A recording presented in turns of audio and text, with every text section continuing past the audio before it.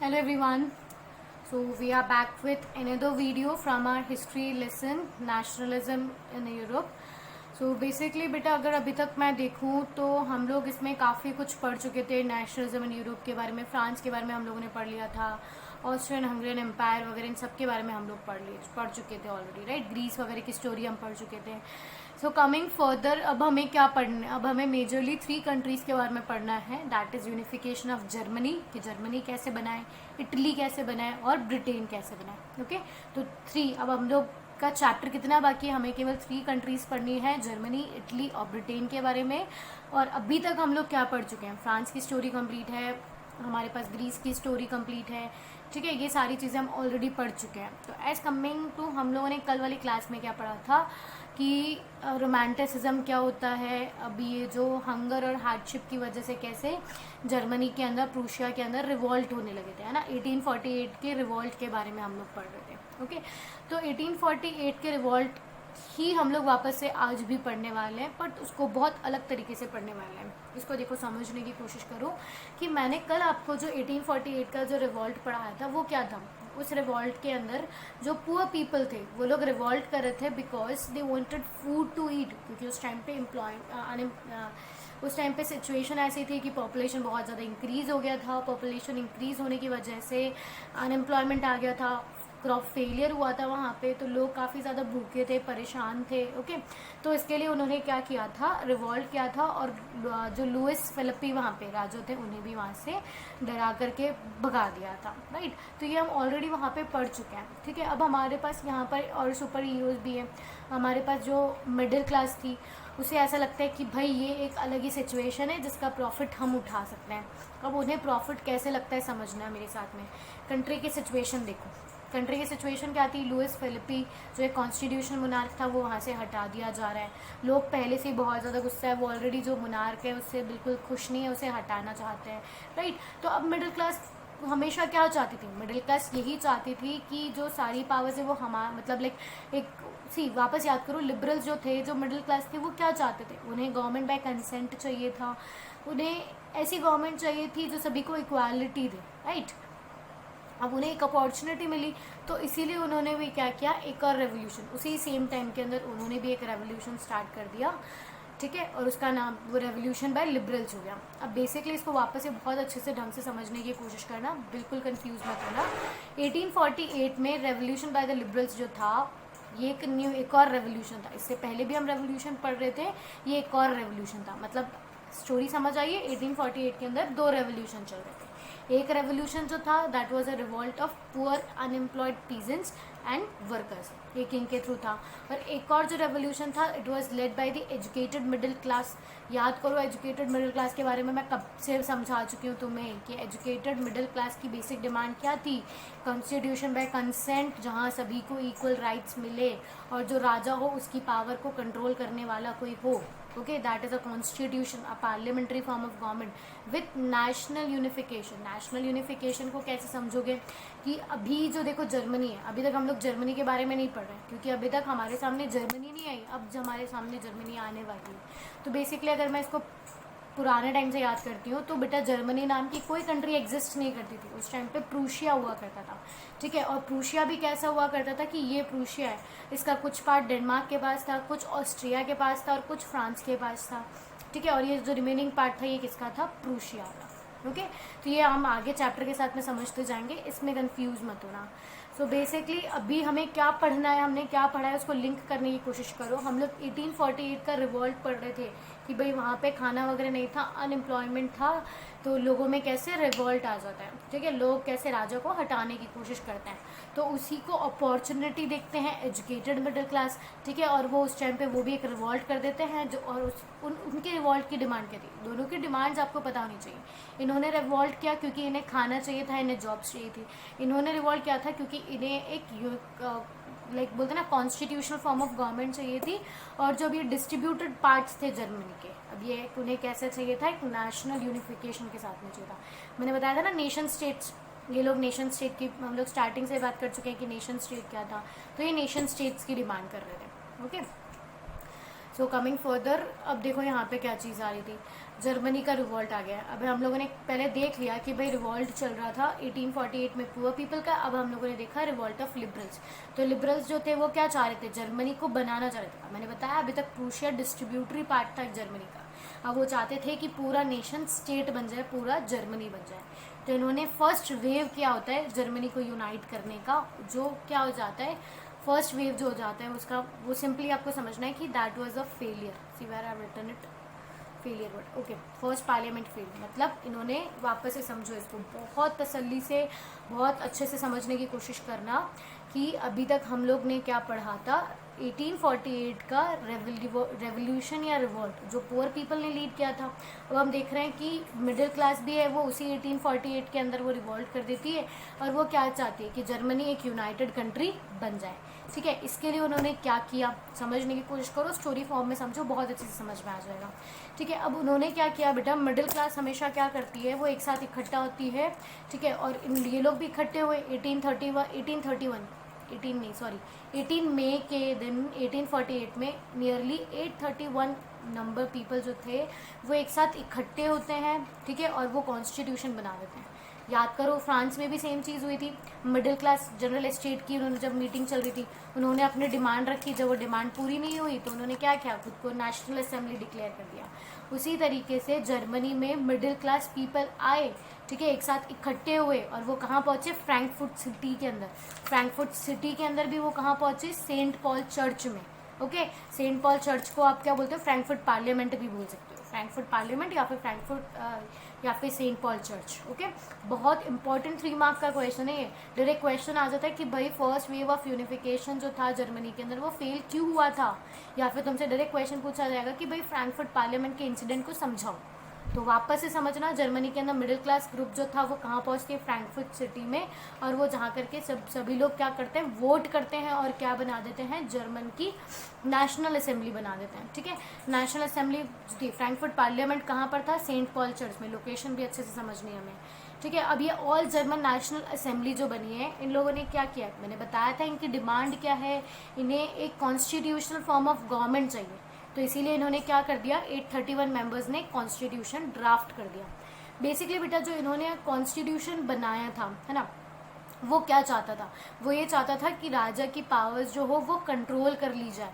अब राजा की पावर्स मतलब अब देखो उस टाइम पे क्या था कि कॉन्स्टिट्यूशन मोनार्क वहाँ से हट गया था, तो पावर कोई ना कोई टेक ओवर कर लेगा ना। तो उस टाइम पे पावर टेक ओवर कर ली थी इस फेडरिक विलियम ने। तो फेडरिक विलियम जो था वो एक एब्सोल्यूट मोनार्क था। अब ये लोग चाहते थे कि भाई हम तो इसमें एब्सोल्यूट मोनार्क की पावर्स को कंट्रोल कर ले। तो आपको क्या लगता है वो मान गया होगा? मैं मानो कि फॉर एग्जांपल आप लोग सब मिडिल क्लास पीपल आप मेरे सामने आके बोलते हो कि भाई मैम आज नहीं पढ़ना, है ना, आज गेम्स पीरियड दे दो, तो आपको लगेगा कि मैं मान जाऊंगी? बिल्कुल नहीं मानूंगी, है ना। तो सेम चीज़ हुई थी राजा के पास, जब वो लोग गए थे और उन्होंने राजा को जाके बोला कि भाई हम आपकी पावर्स छीनना चाहते हैं, तो राजा माना? बिल्कुल नहीं माना, राजा ने रिजेक्ट कर दिया कॉन्स्टिट्यूशन को। ठीक है, ये इंपॉर्टेंट है, उस टाइम पे याद क्वेश्चन पूछते हैं 1848 के अंदर कौन था जर्मनी का राजा, दैट वाज फेडरिक विलियम 4, ठीक है, जिसने कॉन्स्टिट्यूशन को रिजेक्ट कर दिया था। अब पार्लियामेंट रिजेक्ट हो जाता है तो क्वेश्चन ये भी पूछा जाता है कि भाई फर्स्ट वेव ऑफ यूनिफिकेशन के अंदर पार्लियामेंट को सपोर्ट क्यों नहीं मिलता है या पार्लियामेंट फेल क्यों हो जाता है। इसको समझने की कोशिश करो, क्या होता है बेसिकली जब हम समझते हैं, जब हमें ये पता है कि भाई पार्लियामेंट जो था वो किसने बनाया था, मिडिल क्लास पीपल, इन्होंने तो सपोर्ट किया था। इसमें सपोर्ट किसका नहीं था, पुअर पीपल को, क्योंकि वो क्या कर रहे थे, वो आए नहीं थे इस मीटिंग में, क्योंकि वो बाहर ही अपनी लड़ाई कर रहे थे, वो बाहर ही अपनी अब खुद की डिमांड कर रहे थे, है ना, डिमांड्स पूरी करवाने की कोशिश कर रहे थे। तो सबसे पहली चीज़, lost all its support as poor people didn't participate, poor people का कोई भी पार्टिसिपेशन इसमें नहीं था। फिर बचे कौन, यहाँ पे मिडिल क्लास पीपल हटा दो, पुअर पीपल हटा दो, बचे कौन, नोबैलिटीज़ हुई, क्लर्जीज हुए, आर्मीज हुए। भाई आप उन्हीं को बोल रहे हो कि हम तुम्हारी पावर्स छीनना चाहते हैं, तो वो क्या आपको सपोर्ट करेंगे? बिल्कुल नहीं करेंगे। सो दैट इज़ वाई ना ही इसमें पुअर पीपल थे, ना ही इसमें नोबैलिटीज़ और क्लर्जीज ने आपको सपोर्ट किया है। तो फ्रैंकफर्ट पार्लियामेंट के अंदर जो मीटिंग थी, जो जनरल नेशनल असेंबली बनाने की कोशिश की गई थी, that resulted in a failure. तो जो first wave of unification of Germany जो था वो यहाँ पे ख़त्म हो गया था। क्लियर हुई ये चीज़ आपको? फिर इसके बाद में समझने की कोशिश करना बेटा सी अब यहाँ पे हम लोग रोल ऑफ विमेन भी समझेंगे। रोल ऑफ विमेन कैसे आएगा, हर चीज़ में विमेन्स जो होती है वो बहुत इंपॉर्टेंट होती है, ठीक है। समझने की कोशिश करो अब यहाँ पे उनका क्या रोल था। यहाँ पे जो विमेन्स थी, ऐसा नहीं था कि वो घर बैठ के केवल घर के काम करती थी, वो भी खुद अपनी पॉलिटिकल पार्टीज बनाती थी, न्यूज़पेपर्स और आर्टिकल्स लिखती थी, जितनी भी पॉलिटिकल मीटिंग्स होती थी या नारेबाजी होती थी ना, जहाँ डेमोन्स्ट्रेशन करना होता था, वो भी आ जाती थी वहाँ पे डेमोन्स्ट्रेशन करने। पर इनके सब कुछ मेहनत करने के बाद भी इनकी कोई भी वैल्यू नहीं होती थी, इनके काम को कोई भी कंसिडरेशन नहीं मिलती थी। और स्पेशली जहाँ पे वोटिंग राइट्स मांगे गए थे, वहाँ इन्हें वोटिंग राइट्स, मतलब इनकी बेसिक डिमांड क्या थी कि भाई हमें भी वोटिंग राइट्स दे दो। तो इनके जो डिमांड्स थी, right to suffrage, right to vote, वो पूरी नहीं की गई। ओके और इनकी वैल्यू आप कैसे समझते हो कि भाई वुमेन्स की वहाँ पे क्या वैल्यू रही होगी बेटा। ये फ्रैंकफर्ट का पार्लियामेंट है, सेंट पॉल का चर्च है, जहाँ पे मीटिंग चल रही है, पार्लियामेंट्री मीटिंग चल रही है। भाई यहाँ राजा वगैरह सब बैठे हुए हैं, ठीक है, यहाँ पे दिख रहे हैं, और ये कॉमन पीपल है, हमारे मिडिल क्लास पीपल है, ठीक है। और जो वुमेन्स दिख रही है ना ऊपर, यहाँ पे ऊपर लोग खड़े हुए हैं, ये कौन है, वुमेन। मतलब इनकी केवल इतनी सी इज्जत इनको दी गई थी कि भैया आपको वहाँ पे मीटिंग में बैठने तक की भी आपकी इज्जत नहीं थी। They were admitted only as an observers to stand in the visitors gallery. Visitors gallery में आप केवल खड़े होकर के सुन सकते हो कि क्या हो रहा है, आप पार्टिसिपेट नहीं कर सकते हो। ओके तो आपका रोल ऑफ वुमेन या सिचुएशन ऑफ वुमेन भी वहाँ पे समझ में आ गया। क्लियर है। ये आपका पेज नंबर 18 पे हुआ, आई थिंक सो, है ना। पेज नंबर 18 पे आपका ये फिगर है, बहुत इंपॉर्टेंट है। आई टोल्ड यू कि हिस्ट्री के अंदर इस बार से कैसे लाइक फिगर्स भी जो है वो कितना इंपॉर्टेंट प्ले करते हैं रोल। एमसीक्यूज में आपसे क्वेश्चन डायरेक्ट पूछा जा सकता है इसके अंदर। तो अभी तक हम लोगों ने देखा कि भाई जर्मनी का रिवॉल्ट जो था वो वापस से ठंडा पड़ चुका है। सी बेटा, यूनिफिकेशन जो होता है, जो कंट्री आज़ाद जो होती है ना, वो बहुत ज़्यादा कंटिन्यू मैसिव रिवॉल्ट के साथ होती है। ओके इंडिया में भी बहुत बार ऐसा हुआ था। हम 1857, 1858, मतलब ऐसा लगता था कि भाई हम ब्रिटिशर्स से लड़ाई जीत ही चुके हैं, पर उसके बदले में क्या होता था, हम हार जाते थे। और हमारा जो इंडिपेंडेंस का जो था वो ड्रैग कहाँ तक फुल हो गया था, 1947 तक। तो सेम सेंस के अंदर हमने फ्रांस में भी देखा, कंटिन्यू कितनी बार वहाँ पे चेंजेस लाए जाते हैं। एब्सोल्यूटिस्ट से रिपब्लिक, रिपब्लिक से डिक्टेटोरियल, फिर वहाँ पे कॉन्स्टिट्यूशन बना, फिर एब्सोल्यूटिस्ट मोनार्कीज, मतलब काफ़ी कुछ वहाँ पे भी प्रॉब्लम क्रिएट होगी, राइट। तो जर्मनी में हमने पहला यूनिफिकेशन का वेव देखा, तो वो तो फेलियर हो जाता है। अब बेटा यहाँ देखने की कोशिश करो, इसको समझने की कोशिश करो। जब आप अपने पेज नंबर 19 को गो थ्रू करते हो एनसीईआरटीज़ के, तो मेकिंग ऑफ जर्मनी, ठीक है, तो उसमें आपको सबसे पहला क्वेश्चन वहाँ पे मिल जाता है, can armies be architect of a nation. क्या आर्मी किसी नेशन को कंस्ट्रक्ट कर सकती है। जो ये टूटा हुआ नेशन था, क्या उसको यूनिफाई करने में कभी आर्मी इंपॉर्टेंट रोल प्ले कर सकती है। ठीक है, अब वो जो इसका आंसर है वही हम आगे पढ़ने वाले हैं। ओके सो बेसिकली अब यहाँ पे ट्विस्ट है स्टोरी के अंदर, ये समझने की कोशिश करना मेरे साथ में। Nationalist sentiments were often mobilised by conservatives. पूरी स्टोरी उल्टी हुई। अभी तक हमने देखा था कि भाई जो देशभक्ति की भावना आ रही थी वो किस में आ रही थी, मिडिल क्लास पीपल में, और उसको तोड़ने का, देशभक्ति की भावना के अगेंस्ट काम करने का काम कौन कर रहे थे, कंजर्वेटिव्स। पर अब सबसे मेजर चीज़ आपको यहाँ देखने को मिलेगी कि भाई जर्मनी की यूनिफिकेशन के अंदर सबसे इंपॉर्टेंट रोल ही कौन प्ले करता है, कंजर्वेटिव्स। मतलब देशभक्ति की भावना जो है, नेशनल सेंटिमेंट्स जो है, उन्हें कौन और ज़्यादा स्ट्रॉन्ग कर देता है, कंजर्वेटिव ग्रुप स्ट्रॉन्ग कर देता है। ओके और ये एग्जाम्पल इसका जर्मन यूनिफिकेशन भी है, इटालियन यूनिफिकेशन भी है। मतलब अगर आपसे क्वेश्चन पूछा जाए कि भाई कंजर्वेटिव्स ने कौन से कंट्रीज़ में, 2 कंट्रीज़ में कंजर्वेटिव्स ने, ठीक है, नेशनल सेंटिमेंट्स को और ज़्यादा स्ट्रॉन्ग किया था, तो वो जर्मनी और इटली है। So starting with the Germany, सबसे पहला वेव हमने देखा था रेवोल्यूशन के अंदर 1848 के अंदर, जो अभी तक फ्रैंकफर्ट पार्लियामेंट वाला वो फेल हो चुका था। ओके याद करो, पार्टिसिपेटरी कौन था, नेशनलिस्ट सेंटिमेंट्स किसकी वजह से आए थे, मिडिल क्लास पीपल की वजह से आए थे। उनका डिमांड भी क्या थी कि भाई पूरे जर्मनी को यूनाइट कर दो, ठीक है। पर उनके डिमांड को तोड़ने वाला या डिस्ट्रॉय करने वाला भी कौन था, कंजर्वेटिव्स। अब वही कंजर्वेटिव्स जो हैं पहले लोगों की डिमांड्स को तोड़ रहे थे, और अब उन्हें खुद को लगता है कि यार नेशन को बिल्ड कर लेना चाहिए। क्यों, इसको समझने की कोशिश करो कि भाई यहाँ इतना मेजर चेंज कैसे आया। मानो फॉर एग्जाम्पल कि ये इंडिया है, या इसको जर्मनी से समझने की कोशिश करो, जैसे भी ये इंडिया से समझ लो, आपको बहुत अच्छे से समझ में आएगा, ठीक है। ये मिस्टर एक्स जो है, मिस्टर एक्स को लाऊँ, मैं खुद को ही रूलर बना देती हूँ, मैं यहाँ की रूलर हूँ, ओके, पूरा इंडिया मेरे कंट्रोल में है। ओके अब तुम आके मुझे बोलोगे कि मैम आपकी पावर्स तो हम ले लेंगे, या अगर आप आके मुझसे ये बोलना चाहो, मतलब इसको आप बहुत अच्छे से समझने की कोशिश करना, बहुत अच्छे से समझने की कोशिश करना। ये तुम्हारी क्लास है, ओके, और मैं टीचर रहेगी, तुम आके मुझे बोलते हो कि मैम हमें एक गेम्स पीरियड दे दो, हम पढ़ना नहीं चाहते आपसे, तो तुम्हें क्या लगता है कि मैं तुम्हें फ्री पीरियड दे दूंगी, फ्री लेक्चर दे दूंगी? बिल्कुल नहीं दूंगी, मैं क्लास लूँगी तुम्हारी, है ना। तो ठीक है, तब मैंने क्या किया, तुम्हारी जो नेशन फीलिंग बनाने की जो कोशिश थी उसको मैंने डिस्ट्रॉय कर दिया और मैंने सारी पावर्स एंजॉय करती रही, ठीक है। अब क्या होता है, अब मैं पढ़ा रही होती हूँ, बीच में कोई और टीचर आता है, वो 10 बच्चे के ग्रुप को डिस्टर्ब कर देता है, कोई और टीचर आता है वो 10 बच्चों के ग्रुप को डिस्ट्रॉय कर देता है, ठीक है। अब हमारी नेशनल फीलिंग जो है, हमारी क्लास का जो डिसिप्लिन है वो डिस्ट्रॉय हो गया है पूरी तरीके से, ठीक है। अब मुझे क्या लगता है कि यार ये क्लास तो मेरी है, इस क्लास का डिसिप्लिन तो मुझे बना के रखना है, इसीलिए अब मैं क्या करती हूँ, मैं नेशनलिस्ट की फीलिंग कि भाई इनको भी हटाओ और इनको भी हटाओ, ये क्लास पे पूरा कंट्रोल किसका होगा, मेरा।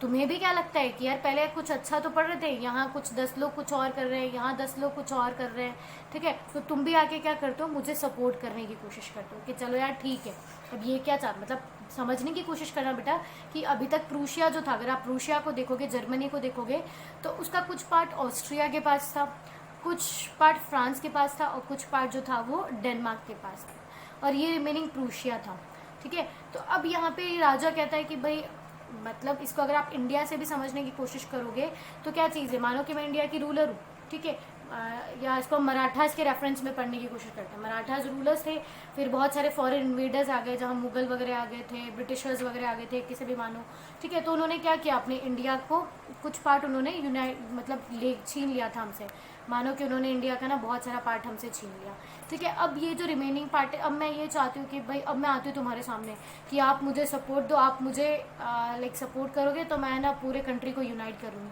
तो तुम्हें लगेगा ना कि यार चलो ठीक है, कुछ नहीं तो मैम को सपोर्ट करने से हमारी कंट्री तो यूनाइटेड हो जाएगी, ओके। तो अब यही चीज़ आपको समझने की ज़रूरत है। जो पहले जिन लोगों को लगा था, जिन लोगों ने, जहाँ पहले मेरा खुद का एम्पायर था, जहाँ पहले प्रूशिया का खुद का, जब हम लोग बात करें ना फ्रेडरिक विलियम की, जहाँ उसके पास खुद का पूरा एम्पायर था, अब उसने देखा कि यार ये एम्पायर जो है वो टूटता जा रहा है, अब वो उस पर अलग अलग किंगडम्स जो है वो अपनी पावर्स बोलते ना पावर्स गेन करने की कोशिश कर रहे थे। तो उसने इसीलिए इन्होंने क्या किया, कंजर्वेटिव्स ने, कि भाई दूसरे रूलर्स को क्यों रूल करने दें, हमारी कंट्री है, हम इसको क्या कर लेंगे, खुद ही यूनाइट कर लेंगे। समझ आ गई, सबसे इंपॉर्टेंट चीज़ समझ में आ गई। कंट्री थी, उसका कुछ पार्ट कहीं था, कुछ पार्ट कहीं था, कुछ पार्ट कहीं था, तो इसलिए लोगों ने एक सोचा कि राजा को सपोर्ट कर दो, कम से कम हमारी कंट्री तो यूनाइट हो जाएगी, ओके। सो फर्स्ट वेव जो था वो फेलियर था। इसके बाद में हमारे जो कंजर्वेटिव्स हैं वो खुद उठ करके आते हैं कि भाई हम कंट्री को आज़ाद करवाएंगे। तो combined forces of monarchy, military and large land owners, ये तीनों साथ में आते हैं और इनिशिएट करते हैं नेशन बिल्डिंग में, ओके। अब आपको यहाँ पे समझो, इंपॉर्टेंट वन वर्ड क्वेश्चन आया तुम्हारे पास में, भाई तुमसे अगर मैं क्वेश्चन पूछ लूँ, जर्मनी के अंदर जो जंकर्स थे वो क्या थे? Option A farmers, option B weavers, option C middle class people, या option D large land owners. तो आप क्या ऑप्शन बताओगे? D large land owners. In one word, मतलब अगर मैं पुराने पेपर से अगर मैं रिकॉल करूँ तो शायद ये क्वेश्चन पूछा भी गया है कि भाई लार्ज लैंड ओनर्स कौन थे जर्मनी के अंदर? दे वर दी जंकर्स ग्रुप, ओके, उन्हें जंकर्स बोला जाता था, क्लियर। तो यहाँ पे मोनार्की, मिलिट्री और जंकर्स, एरिस्टोक्रेट्स वगैरह सब इकट्ठे होते हैं और ये नेशनल बिल्डिंग के लिए वर्क करते हैं। अब बेटा मैं बता ही चुकी थी कि कुछ पार्ट जो था वो ऑस्ट्रिया के पास था, कुछ डेनमार्क के पास और कुछ फ्रांस के पास। अब ये जो रिमेनिंग पार्ट था इसको हम क्या बोलते थे? प्रूशिया। अब ये इनिशिएट करता है, Prussia took on the leadership of the movement for, अब ये सोचता है कि भाई अब ये पूरे पार्ट को यूनाइट करने के अंदर किसको लीडरशिप लेनी पड़ेगी? प्रूशिया को। उस टाइम पे बेटा मैं बात करूँ तो चीफ मिनिस्टर उस टाइम पे कौन थे? Otto von Bismarck. अगर आप अपने एनसीईआरटी टेक्स्ट को भी रीड करोगे तो उसमें भी लिखा गया है कि जो ऑटोवन बिस्मार्क थे वो आर्किटेक्ट बन जाते हैं जर्मनी का।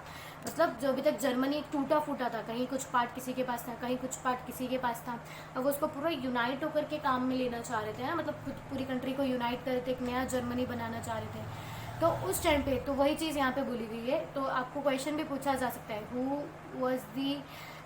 Who is known as the architect of German who is known as the architecture for unification of Germany? तो Otto von Bismarck, he was the chief minister that time. उन्होंने क्या किया? आर्मी और ब्यूरोक्रेटिक सिस्टम को एक साथ लिया और उन्होंने नियरली 7 ईयर्स तक 3 कॉन्जिक्यूटिव लड़ाई उन्होंने की है, ठीक है। किसके अगेंस्ट की थी? Austria, Denmark, France. कंटिन्यू में इन तीनों का नाम कब से लिए जा रही हूँ। तो क्वेश्चन पूछा जा सकता है, ऑटो वन बिस्मार्क ने कितने सालों तक लड़ाई की थी? 7 सालों तक। यूनिफिकेशन ऑफ जर्मनी जो था वो कितने सालों का स्ट्रगल था? 7 ईयर्स का भी हो सकता है। कितनी बार लड़ाइयाँ हुई है? 3 मेजर वॉर्स हुई है। ठीक है, किस किस के अगेंस्ट हुई है? Austria, Denmark and France. Options में कंट्री पूछी जाती है भाई, ऑस्ट्रिया, डेनमार्क, पोलैंड दे दिया, ऑस्ट्रिया, डेनमार्क, इटली दे दिया, है ना। तो ऐसे क्वेश्चंस तुमसे पूछे जा सकते हैं। तो फाइनली ऑटो वन बिस्मार्क ने 3 लड़ाइयाँ लड़ी हैं against Austria, Denmark and France. 1848 का स्ट्रगल है, देख लो कब से चलता आता है ना। फिर फाइनली 1871 के अंदर जर्मनी जो है वो यूनिफाइड हो जाता है। मतलब ये जो टूटे पार्ट थे ऑस्ट्रिया के पास, डेनमार्क के पास, फ्रांस के पास, अब ये जो है वो वापस से किसके पास चले जाते हैं? पूरा एक जर्मनी बन जाता है। मतलब अभी तक ये प्रूशिया था, फिर कुछ पार्ट ऑस्ट्रिया, डेनमार्क और फ्रांस के पास था, सब कुछ ले लुआ के एक नया कंट्री बन जाती है, दैट इज जर्मनी। ओके, अब जर्मनी के अंदर बेटा भी क्या होता है? 1871 के अंदर जो जर्मनी के इंपॉर्टेंट लीडर्स थे, ठीक है, अब वो जिन्होंने सारे यूनिफिकेशन किया, ऑटो वन बिस्मार्क वगैरह होते हैं, ये लोग पहुंच जाते हैं पैलेस ऑफ वर्सलीज में। पैलेस ऑफ वर्सलीज याद करो कहाँ पढ़ा था हमने? फ्रांस के स्टोरी में, बिल्कुल सही। तो फ्रांस पहुंच जाते हैं, पैलेस ऑफ वर्सलीज में पहुंच जाते हैं, वहाँ पर भी हॉल ऑफ मिरर्स में, ठीक है, हॉल ऑफ मिरर में पहुंच करके दिखाऊंगी अभी मैं तुम्हें हॉल ऑफ मिरर कैसा होता है। तो हॉल ऑफ मिरर में जाते हैं और ये लोग वहाँ पे कैसर विलियम फर्स्ट को प्रूशिया का नया राजा बना देता है। सी ये वर्सलीज का हॉल ऑफ मिरर्स है। ओके, तुम्हें क्या लगा मैं फ्रांस ट्रिप पे जाने वाली हूँ?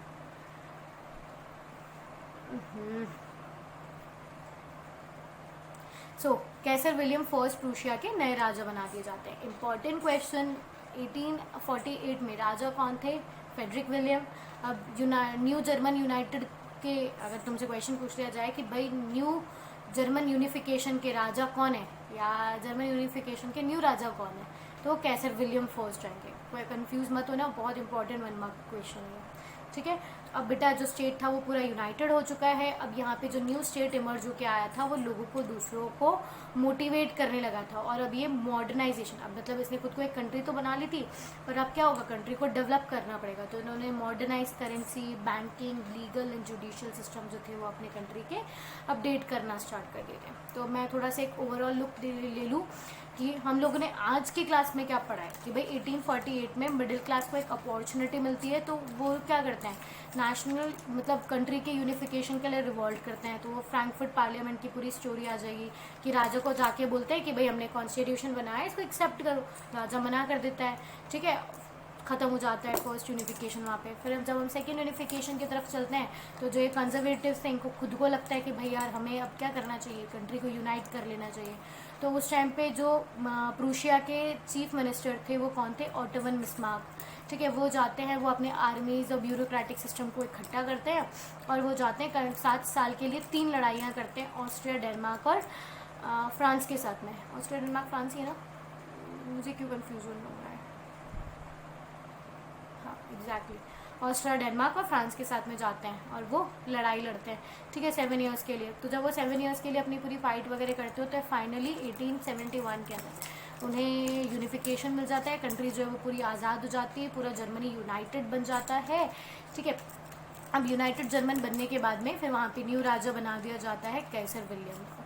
कैसर विलियम फर्स्ट वहाँ पे राजा बन जाते हैं, ठीक है। तो अभी तक हम लोगों ने जर्मनी पढ़ लिया। कमिंग वीडियो लेक्चर्स में हम इटली और ब्रिटेन भी कंप्लीट कर लेंगे। Still, if you are having any doubt, write it in the comment section. Thank you.